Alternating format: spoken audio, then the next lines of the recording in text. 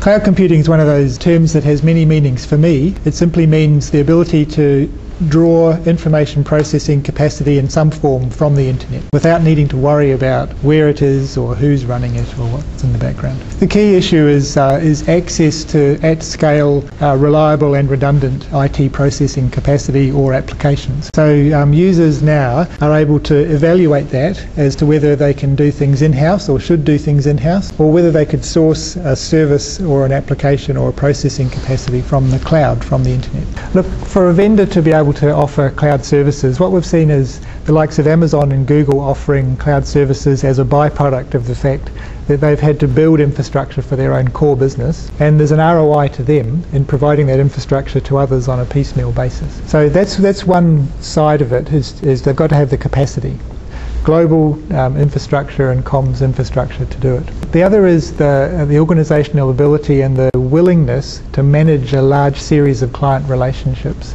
with security, with regard to metering and billing infrastructure, and the ability to have applications that genuinely coexist without causing conflicts. So there's a lot of planning and capacity management issues which have to be in place in the cloud. Security is another big issue with the cloud. Banks, for example, have stringent reporting and auditing requirements. So in order for them to put data into a cloud environment, they have to be very confident in the capacity of the cloud provider to comply with regulatory requirements, etc. So the big organisations can do that, but the most common solutions for getting around the data security issues are encryption. So the data is fully encrypted right through, and the vendors may or may not be able to have any insight as to what the data actually is about. So data security is one. The other is physical separation of databases and servers and that kind of thing. But one of the issues in the cloud is if you start trying to manage it the way you would manage an outsourced arrangement, for example by insisting that data is physically separate or applications physically reside on particular boxes, then you're actually starting to undermine some of the virtualization and scale properties that brings the cloud its actual value. You can't manage the cloud as if it was an outsourced arrangement. It has to be managed as if it was a genuine utility.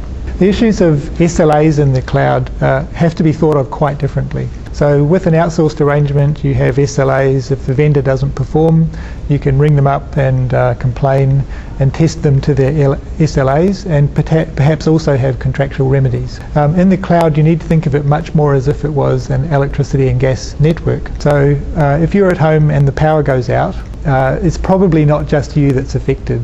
It's probably the whole city block or a part of the network grid. So there's no point in ringing up the electricity utility and complaining, because they won't be able to do anything for you specifically.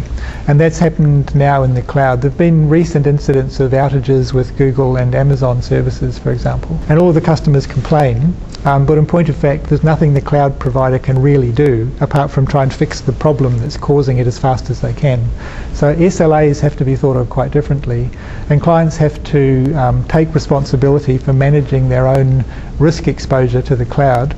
In the same way, for example, as you keep a torch in a cabinet by your bed at night in case the power goes out. You need to be responsible for what you would do if the utility failed. The same is true with the cloud. So separate backup, data stored perhaps on-site or in another separate cloud provider, applications that can fail over from one cloud provider to another, other sort of user management principles that will need to be employed. Look, the clearest example of it is if you imagine yourself to be a company setting up new IT infrastructure, and you have the option of setting up your own servers and your own applications and buying the software and running it on premise and having people on your payroll to manage all of that.